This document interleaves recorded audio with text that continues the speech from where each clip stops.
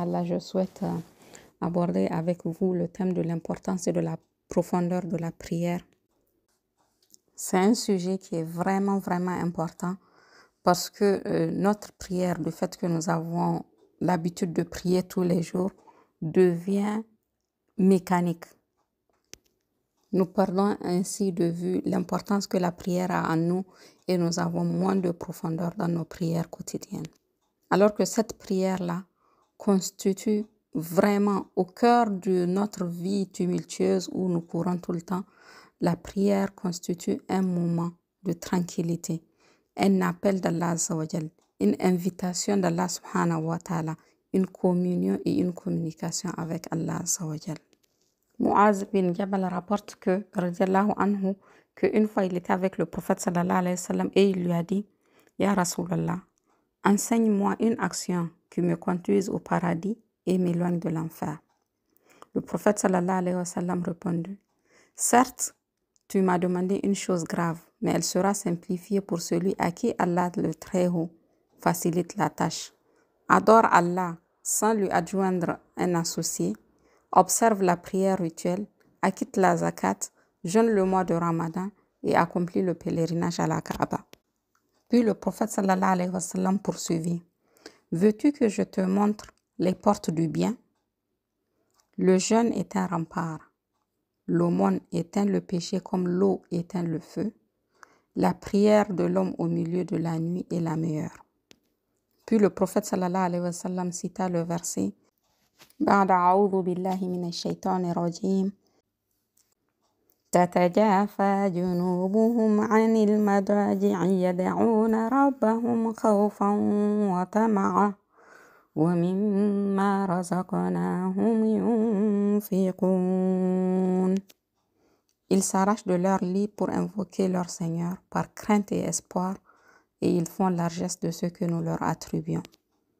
فلا تعلم نفس ما أخفي لهم من قرة أعين جزاء بما كانوا يعملون.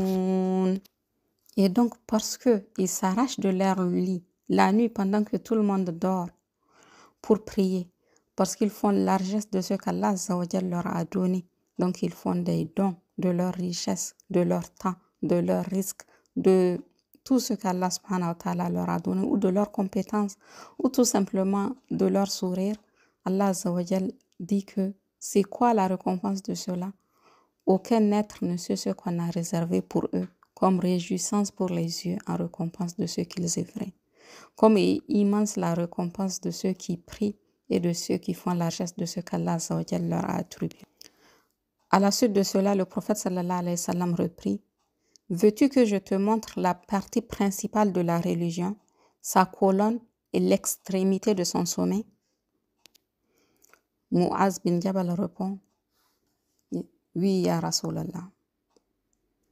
Et le prophète sallallahu alayhi wa sallam reprend, la partie principale de la religion, c'est la soumission à Allah Azza wa Jal. Sa colonne, c'est la prière, wa amuduhu as-salah. Et l'extrémité de son sommet, c'est le djihad fi sabilillah. Donc ce hadith nous dit quoi? Nous dit que la prière est le pilier central pour le croyant dans sa religion. La prière est le deuxième pilier de la religion de l'islam. D'après Abdallah ibn Umar radiallahu anhu, le prophète sallallahu alayhi wa sallam a dit Bunya al-Islam ala khamsa. Donc l'islam est bâti sur 5 principes. Le premier, shahadat Allah ilaha illallah wa anna Muhammad rasulullah. Donc c'est les 2 shahadas dont nous avons parlé précédemment.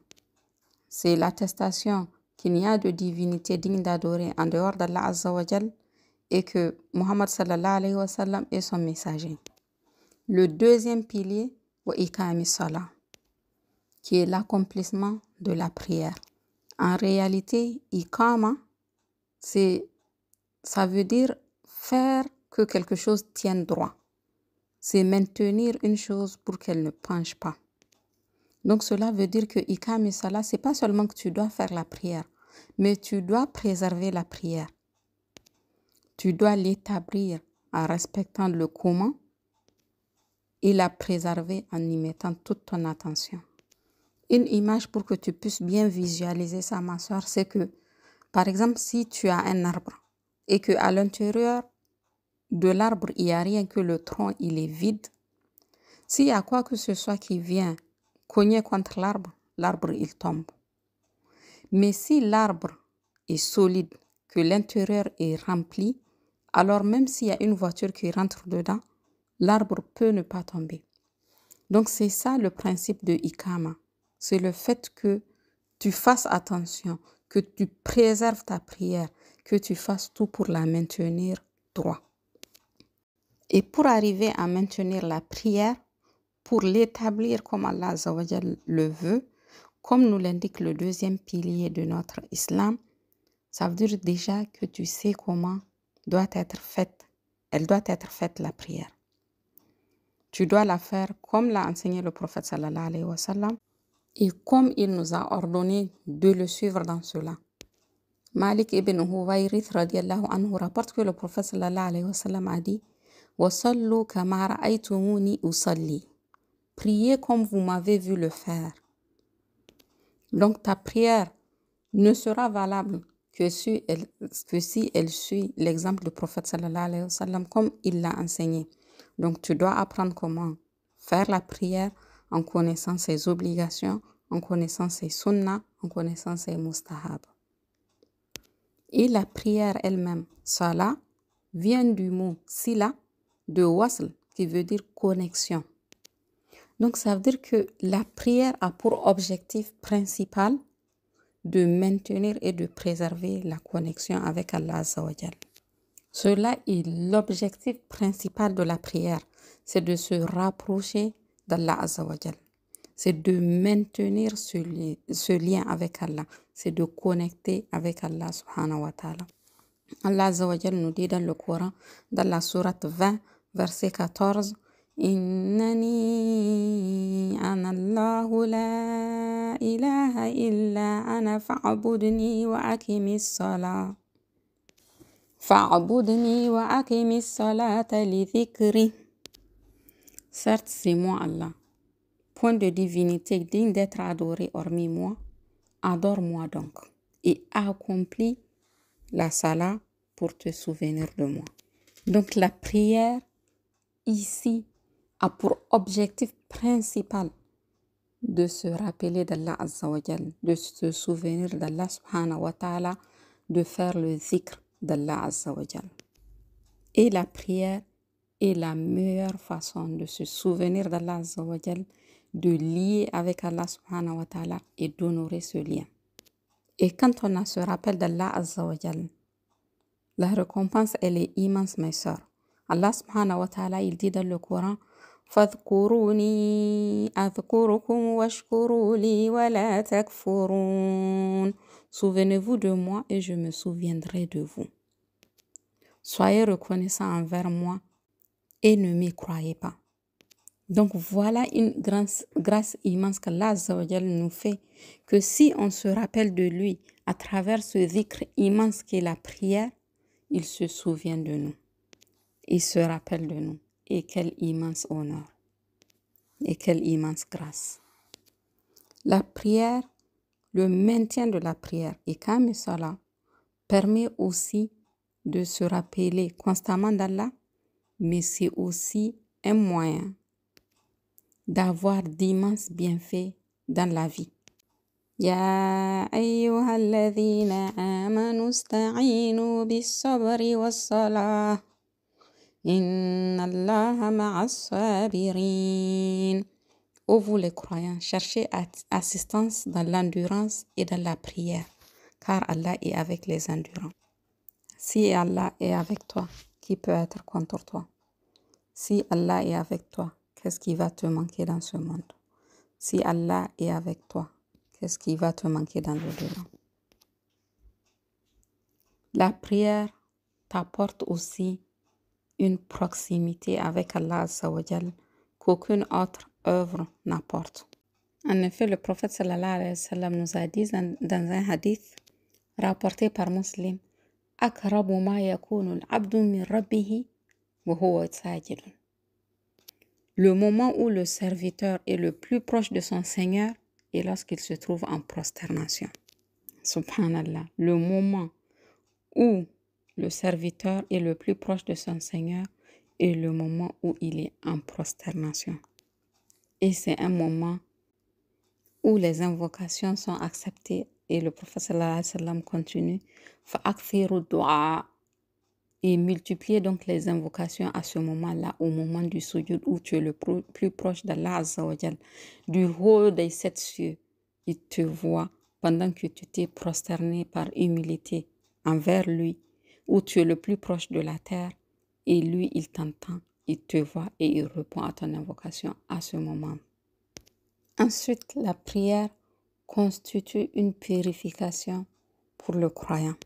D'après un hadith authentifié par Sheikh Al-Albani, rapporté par Abu Saïd Al-Khudri radiallahu anhu, le prophète sallallahu alayhi wa sallam a dit: les 5 prières permettent d'effacer ce qu'il y a entre elles. Puis il a ajouté: vois-tu, si un homme travaille et qu'il y a entre sa maison et l'endroit où il travaille 5 fleuves, lorsqu'il arrive à son lieu de travail, il fait comme travail ce qu'Allah veut et il est touché par la saleté et la sueur.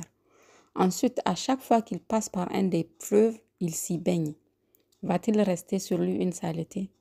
Ceci est comme la sala. À chaque fois qu'il fait un péché, puis invoque et demande pardon, il est pardonné ce qu'il a fait avant elle. Donc, les péchés commis entre les intervalles des prières te sont pardonnés après chaque prière. Entre les prières, les péchés que tu commets sont pardonnés. Allah Azza wa Jal, Wallah, il veut pour nous le paradis. Tous les petits péchés que tu fais entre ta prière de Zuhr et ta prière de Asr sont pardonnés. Entre ta prière de Asr et ta prière de Maghrib sont pardonnés. Entre ta prière de Maghrib et ta prière de Isha te sont pardonnés. Entre ta prière de Isha et entre ta prière de Fajr, elles te sont pardonnées. La prière, c'est une réjouissance pour les yeux. Bien sûr, pour celui qui en connaît l'importance, qui la maintient et l'établit. Le prophète sallallahu alayhi wa sallam a dit: on m'a fait aimer de votre vie d'ici-bas les femmes, le parfum et la réjouissance de mes yeux se trouve dans la prière. Subhanallah. La réjouissance de ses yeux se trouve dans la prière. Ma soeur, où est-ce qu'on en est, nous? Quand tu comptes le temps que tu passes en prière, ça veut dire que ce n'est pas une réjouissance pour toi. Ça veut dire que tu n'as pas compris la connexion avec Allah Azza wa Jal. Ça veut dire que tu n'as pas compris le lien qu'il y a à travers cette prière-là. Et le prophète sallallahu alayhi wa sallam, c'était sa réjouissance. Nous, on le fait en se disant autant le faire et s'en débarrasser. Inna lillahi wa inna ilayhi raji'un. La prière, c'est aussi la meilleure chose que peut faire un Bani Adam. Le prophète sallallahu alayhi wa sallam a dit: le fils d'Adam n'a pas pratiqué une chose qui est meilleure que la prière, que de réconcilier entre les gens et que le bon comportement. La prière constitue aussi une protection, une prévention contre les comportements indécents que Allah Azza wa Jal n'agrée pas. Dans la sourate 29, verset 45, Allah Azza wa Jal nous dit: بعد أعوذ بالله من الشيطان الرجيم أتل ما أوحي إليك من الكتاب أتل ما أوحي إليك من الكتاب وأقم الصلاة إن الصلاة تنهى عن الفحشاء والمنكر ولذكر الله أكبر والله يعلم ما تصنعون. Récite ce qui t'est révélé du livre et accomplis la salat. En vérité, la salat préserve de la turpitude et du blâmable. Le rappel d'Allah est certes ce qu'il y a de plus grand et Allah sait ce que vous faites. La prière est donc présentée comme un bouclier contre l'indécence qui empêche l'individu de tomber dans la turpitude et le blâmable. La prière est tellement immense, ma soeur, que le prophète sallallahu alayhi wa sallam nous a dit dans un hadith: La première chose sur laquelle le serviteur est jugé le jour de la résurrection est la prière. Si elle est bonne, les autres actes sont bons. Et si elle n'est pas bonne, les autres actes ne sont pas bons. Waliyadhu billah. Donc, tous les autres actes seront mesurés à l'aune de notre prière. Et la prière est une protection contre le feu de l'enfer. Allah Azza wa Jal dit dans la sourate Maryam, verset 59. فخلف من بعدهم خلف أضاعوا الصلاة واتبعوا الشهوات فسوف يلقون غيا. Puis leur succédèrent des générations qui délaissèrent la prière et suivirent leur passion. Ils rencontreront bientôt l'enfer. Waliyadhu billah. Allah Azza wa Jal dit aussi, ce n'est pas seulement ceux qui délaissent la prière qui sont en danger.